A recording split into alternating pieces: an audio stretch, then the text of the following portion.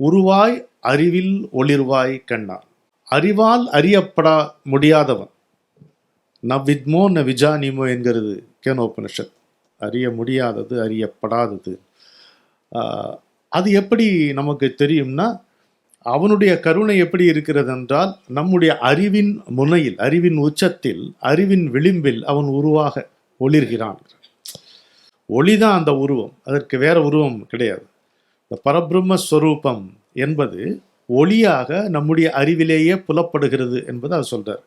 அது காமிச்சிட்டு அதுக்கப்புறம் உயிரின் அமுதாய் பொழிவாய் கண்ணாங்கிறார். உயிரை நடத்துகின்ற, அதாவது plain awareness is the self அப்படிம்பாங்க. இருக்கிறோங்கிறது மட்டும் தெரியும். அதில் ஆனந்தம்ங்கிற ஒரு உணர்வை தவிர வேற எந்த உணர்வும் இருக்காது. அதனால தான் உயிரின் அமுதாய் பொழிவாய். கருவாய் என்னுள் வளர்வாய்னா என்ன அர்த்தம் அப்படின்னா, ரொம்ப முக்கியமானது. இது மட்டும் சொல்கிறேன், ஏன்னா இது சொல்ல போனால் இது ஒரு 1/2 மணி நேரம் ஆகிடும்.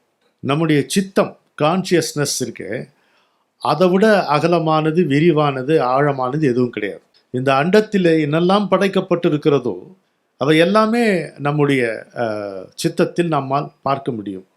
இது மகா விழுங்கி. இதற்குள்ளே இல்லாதது எதுவுமே இல்லை. எதெல்லாம் புறத்தில் படைக்கப்பட்டு இருப்பனவோ அவையெல்லாம் சித்தத்துள் அடங்கி இருக்கும். சித்தத்துள் அடங்கி இருக்கும். Vastness is the very essence, very feature of consciousness, human consciousness.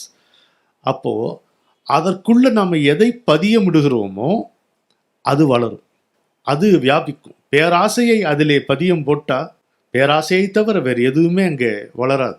இந்த சித்தத்தினுடைய ஒரே குவாலிட்டி என்னவென்றால், தன்னுள் எது பதியம் போடப்படுகிறதோ அதுவாக வியாபிக்கும்.